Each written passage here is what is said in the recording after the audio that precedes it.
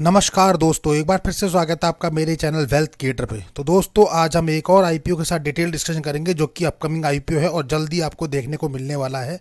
तो बेसिकली जो ये कंपनी है ऑफिस स्पेस सोल्यूशन के नाम से है। तो बेसिकली ये मैनेज करती है ऑफिस स्पेस, वर्क प्लेस जो होते हैं उनका सोल्यूशन प्रोवाइड कराती है। यानी कि आप देखेंगे तो ऑफिस में जैसे होता है सिटिंग अरेंजमेंट होता है, या कॉल सेंटर्स जो होते हैं उनमें सिटिंग अरेंजमेंट होता है, इस टाइप से ऑफिस के जो स्पेसेस हैं वर्क प्लेस के वो प्रोवाइड कराने का इसका मेनली काम है। तो इस टाइप से जैसे आप स्क्रीन में देख रहे होंगे, इस टाइप के जो वर्क प्लेस होते हैं उनको ये प्रोवाइड कराती है। तो बेसिकली ये जो है ऑफिस रिलेटेड काफ़ी और वर्क भी करती है, वो इस वीडियो के माध्यम से डिटेल में जानेंगे इसके फाइनेंशियल और फंडामेंटल कैसे हैं, कंपनी का जो आईपीओ आ रहा है उसकी जीएमपी कितनी है, डिमांड कितनी बनी हुई है, और क्या हमें इसमें अप्लाई करना चाहिए या अवॉइड करें इस आईपीओ को, वो सब जानेंगे। पर उससे पहले वीडियो को लाइक शेयर सब्सक्राइब करना बिल्कुल ना भूलें। ऑफिस स्पेस सोल्यूशन बेसिकली दोस्तों इस वीडियो में जानेंगे उसका लेटेस्ट जीएमपी क्या है, पूरा रिव्यू करेंगे, फाइनेंशियल रिव्यू करेंगे और फाइनल डिस्कशन में बताएंगे कि हमें अप्लाई करें या अवॉइड करें। तो बात करते हैं office space solution private limited की। बेसिकली दोस्तों, अगर हम इस कंपनी के बारे में जाएंगे और देखेंगे तो ये इनकॉर्पोरेट हुई थी दिसंबर 2014 में। ऑफिस स्पेस सोल्यूशन लिमिटेड जो है वर्क प्लेस सोल्यूशन प्रोवाइड कराती है इंडिया में। बेसिकली अगर इस कंपनी की बात करें तो कंपनी के जो वाइड रेंज ऑफ है वो फ्लेक्सिबिलिटी और वर्क प्लेस है सोल्यूशन जो प्रोवाइड कराती है, और आपको creating to the needs of individual setups करवाती है। एसएमई एंड लार्ज कॉर्पोरेट जो होते हैं उनका भी ये ऑफिस स्पेस प्रोवाइड कराती है, यानी सोल्यूशन देती है। वहीं अगर हम बात करेंगे तो कंपनी जो वर्किंग करती है, तो हम अगर बेसिकली बात करें दोस्तों तो कंपनी का जो कोर है सोल्यूशन वो देती है को working including flexible work place देती है, कस्टम ऑफिस स्पेसेस देती है, मोबिलिटी सोल्यूशन देती है। Office space solution limited basically provide करती है supporting services such as the food and beverages, IT support, infrastructure support services करती है। इवन जो है इवेंट्स जो होस्टिंग का जो काम होता है वो भी ये कंपनी जो है प्रोवाइड कराती है। तो ये सारे काम भी ये कंपनी करती है। टीम बिल्डिंग एक्टिविटीज़ जो होती है इवेंट बड़े लार्ज कॉर्पोरेट में होती है उसमें करती है। अगर देखें 31 दिसंबर 2023 तक तो कंपनी के जो ऑपरेटेड ऑफिस है 169 सेंटर्स हैं अक्रॉस 16 सिटी इंडिया में है जिस पे काम करती है। टोटल 1,05,258 सीट्स पे इस पे काम ऑलरेडी हो चुका है। अगर आप देखेंगे तो इसके 31 सेंटरों में 25,312 seats are under currently fit out. तो आप देख रहे होंगे तो काफ़ी अच्छा स्कोप है। वहीं फाइनेंशियल की अगर बात करें तो किसी कंपनी का फाइनेंशियल स्टेटमेंट ही बताता है कि कंपनी कितनी स्ट्रांग है और कितनी आगे जाके प्रॉफिट करने वाली है। तो फाइनेंशियल फंडामेंटल जानेंगे कंपनी के लास्ट 3 ईयर्स के 21, 22, 23 के कि फाइनेंशियली कंपनी कितनी स्ट्रांग थी, और 2023 दिसंबर तक का जानेंगे कि अपडेट क्या रहा है फाइनेंशियल पैरामीटर पे। तो हम बात करें अगर एसेट की, तो एसेट जो है कंपनी के 1,352 करोड़ के लगभग थे। वहीं रिजर्व रेवेन्यू की बात करें तो 633 करोड़ था। माइनस में प्रॉफिट है 18 करोड़ के लगभग का, net worth 247 crore, reserve surplus minus में 265 करोड़ और 23 करोड़ के लगभग का कंपनी पे डेप्थ यानी कि कर्जा चढ़ा है उधारी। वहीं 3 साल की अगर हम बात करें, 3 साल का परफॉर्मेंस देखें तो 2021 में एसेट्स थे 508 करोड़ जो कि 560 करोड़ के लगभग बढ़े 22 में, और 23 में 930 करोड़ और अभी 1352 करोड़ है। तो एसेट में कंपनी ने ग्रोथ दिखाई है। गुड कैटेगरी में रख सकते हैं पर एक्सीलेंट ग्रोथ नहीं कहेंगे हम इसे। वहीं अगर रेवेन्यू पीस की अगर हम बात करेंगे तो कंपनी ने जो है रेवेन्यू पीस की अगर हम बात करें तो कंपनी ने 216 करोड़ से स्टार्ट किया। अगर आप देखेंगे 2021 में तो 216 करोड़ था, 2022 में बढ़ के हुआ 278 करोड़, 23 में बढ़ के काफ़ी अच्छा 278 से काफ़ी अच्छी ग्रोथ ली कंपनी ने और 565 करोड़ पे पहुंच गई है, और अभी 633 करोड़ है। तो रेवेन्यू पीस में कंपनी ने अच्छा प्रदर्शन किया है, मतलब कि गुड एवरेज अगर आप देखेंगे तो एवरेज परफॉर्मेंस में भी रहा है, लेकिन ठीक ठाक रहा है इन दोनों पैरामीटर में। पर जहाँ प्रॉफिट आफ्टर टैक्स की बात करते हैं वहाँ आप देखेंगे तो -42 करोड़ का था 21 में, 22 में -57 करोड़, 23 में -47 करोड़, अभी भी -18 करोड़ के लगभग का चल रहा है। यानी कि कंपनी ने आज तक अभी प्रॉफिट लिया ही नहीं है। तो ये बहुत ही निगेटिव बड़ा पॉइंट दिखाई देता है। नेटवर्थ की बात करें तो वहाँ आपको दिखाई देगी 150 करोड़ के लगभग 21 में, 22 में 94 करोड़, यानी कि यहाँ भी जिगजैग परफॉर्मेंस है नेटवर्थ की। ये घट गया है 150 करोड़ से सिर्फ 94 करोड़ पे आई। 2023 में 170 करोड़ के लगभग थोड़ा सा बढ़ के पहुंची और आज की डेट में 247 करोड़ है। तो एवरेज परफॉर्मेंस कहेंगे और जिगजैग परफॉर्मेंस में रही है ये।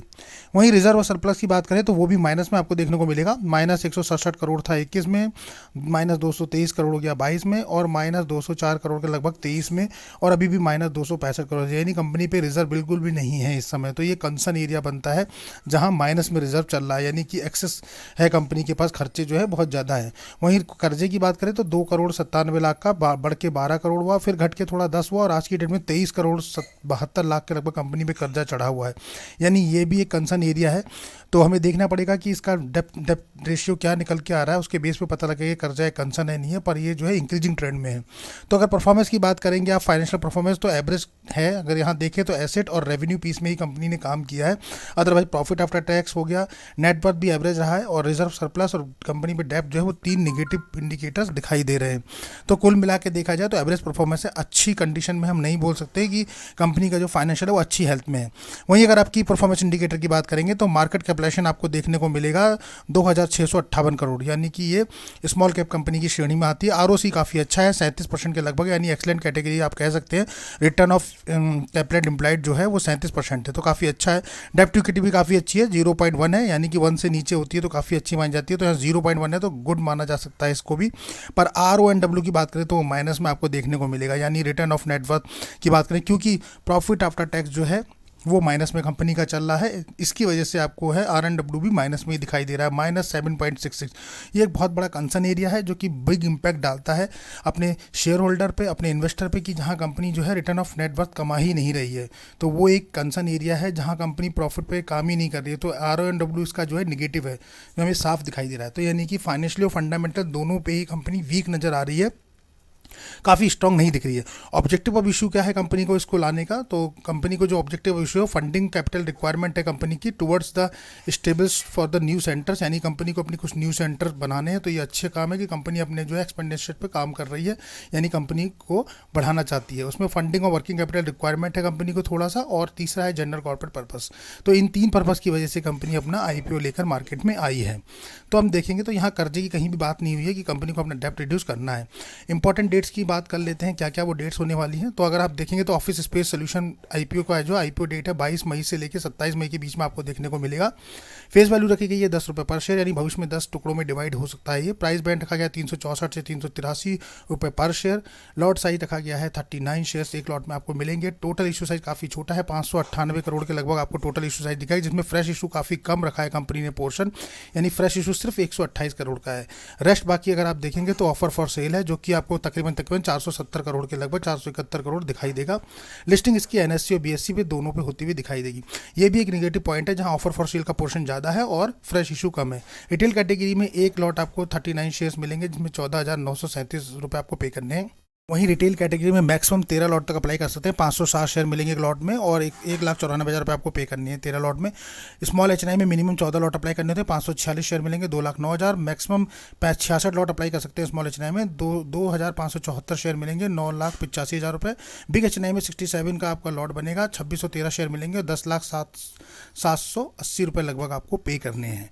कंपनी के होल्डिंग पैटर्न की अगर बात करें कि कंपनी के प्रमोटर कौन है, कितनी हिस्सेदारी कंपनी की बची है, तो ऑफिस स्पेस सोल्यूशन का प्रमोटर देखेंगे तो अमित रामनामी है, और प्रमोटर जो है वो सेलिंग है शेयर होल्डर पीक XW के पास। तो यानी अगर देखेंगे प्री इशुएंस, अगर इस IPO के आने से पहले देखें तो 41% ही इनके पास स्टेक बचा है, 41.05, यानी कि 59% के लगभग स्टेक ऑलरेडी डाइल्यूटेड है, यानी कि पहले ही कंपनी निकाल चुकी है, यानी कि अपनी इक्विटी को जो है डाइल्यूट कर चुकी है। तो कंपनी पे सिर्फ 41% है, और इसके आने के बाद कितना रह जाएगा तो आप समझ सकते हैं कितना कम और कंपनी के पास बचेगा। तो ये भी एक बड़ा निगेटिव पॉइंट होता है, जहाँ प्रमोटर्स के पास होल्डिंग होती ही नहीं है और ऑलरेडी पहले से ही डाइल्यूटेड है।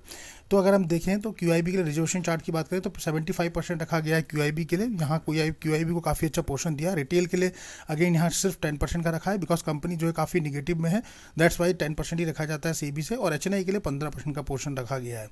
तो अगर हम बात करें GMP की, ग्रे मार्केट की प्रीमियम की अगर हम बात करते हैं तो वहाँ हमें काफ़ी अच्छा जंप अप दिखाई देने को मिल रहा है, यानी ग्रे मार्केट अप ट्रेंड में जा रहा है। अगर आप देखेंगे office space solution private limited के IPO के तो 383 रुपये प्राइस बैंड रखा गया, और 75 रुपीज़ के लगभग GMP चल रही है जब तक ये वीडियो शूट हो रहा है। 19 रुपये 20 रुपये लगभग 20% पे लगभग ट्रेड कर रहा है, यानी कि एक्सपेक्टेशन जो लिस्टिंग की है वो 20% के लगभग है। फायर रेटिंग 3 की है, 598 करोड़ का IPO को इशू साइज है। 39 शेयर आपको मिलने वाले एक लॉट में 22 तारीख को ओपन होगा, 27 मई को क्लोज हो जाएगा, और 28 मई को आपको अलॉटमेंट देखने को मिलेंगे, यानी मई मंथ के अंदर ये पूरा का पूरा IPO जो है सब्सक्राइब आपको होगा और लिस्टिंग भी होता हुआ दिखाई देगा। वहीं बात करते हैं लिस्टिंग गेन की, पर लॉट पे क्या मिलने वाला है। तो पर लॉट पे जो हमें लिस्टिंग गेन मिल रहा है, जब तक ये वीडियो बन रहा है तब तक की बात करें दोस्तों, क्योंकि listing GMP market up down trend में चलता रहता है। तो लगभग 3,000 रुपये बनते हुए आपको एक लॉट पे दिखाई दे रहे हैं, 2,925 रुपये के लगभग आपको दिखाई दे रहे हैं, यानी कि 75 रुपये GMP है और तकरीबन 39 शेयर है, 75 × 39 लगभग 3,000 रुपये बन रहे हैं, यानी 15,000 लगाने के बाद आपको करीबन 3,000 का प्रॉफिट हो रहा है। लेकिन ये लिस्टिंग गेन जो है आज की डेट में दिखा रहा है अभी। सो हम ये अगर कहेंगे कि जो हमारा क्राइटेरिया है उसको तो अभी मैट होता हुआ दिखाई दे रहा है, क्योंकि जो हमारा क्राइटेरिया है वो बिटवीन 20% to 30% के बीच है, जहां हम सेफर साइड मानते हैं। पर मार्केट में कुछ भी सेफर साइड नहीं होता है, क्योंकि मार्केट जो है काफ़ी अप डाउन ट्रेंड में रहता है, पर फिर भी हम सेफर मानते हैं कि 20 से 30% के बीच में है। तो लेकिन अभी भी मार्केट जो है काफ़ी रिस्की मोड में है, अप डाउन ट्रेंड में है, तो मे भी शायद ऊपर जाए या नीचे जाए, तो कुछ भी हो सकता है। पर लिस्टिंग गेन के लिए जो लोग अप्लाई करना चाहते हैं उनको मुझे लगता है कि थोड़ा वेट और वॉच करना चाहिए। फाइनेंशियल भी कंपनी के बहुत ज़्यादा स्ट्रॉन्ग नहीं है, तो वहाँ भी कंसर्न एरिया दिखाई दे रहा है, क्योंकि कंपनी ने प्रॉफिट करा ही नहीं है काफ़ी टाइम से। तो जो लिस्टिंग गेन के पर्पज से अप्लाई करना चाहते हैं, मुझे लगता है उनको वेट और वॉच करना चाहिए, और पहले दिन के सब्सक्रिप्शन स्टेटस के बाद ही डिसाइड करना पड़ेगा कि हमें अप्लाई करना है या इसको अवॉइड करना है। तो दोस्तों कुल मिला के जो है यहाँ कोई भी आपको बाय और सेल का रिकमेंडेशन नहीं दिया जा रहा है, कोई भी अप्लाई करने का आपको रिकमेंडेशन नहीं दिया जा रहा है इस वीडियो के माध्यम से। जैसा कि हमने डिटेल में भी डिस्कशन किया है कि ये वीडियो हमने सिर्फ नॉलेज पर्पज से बनाया है कि कंपनी कैसे है, कंपनी का पैरामीटर्स कैसे हैं, फाइनेंशियली कैसे है कंपनी। तो हमको खुद अपना डिसीजन लेना है कि हमें लिस्टिंग गेन के लिए अप्लाई करना है या लॉन्ग टर्म के लिए अप्लाई करना है।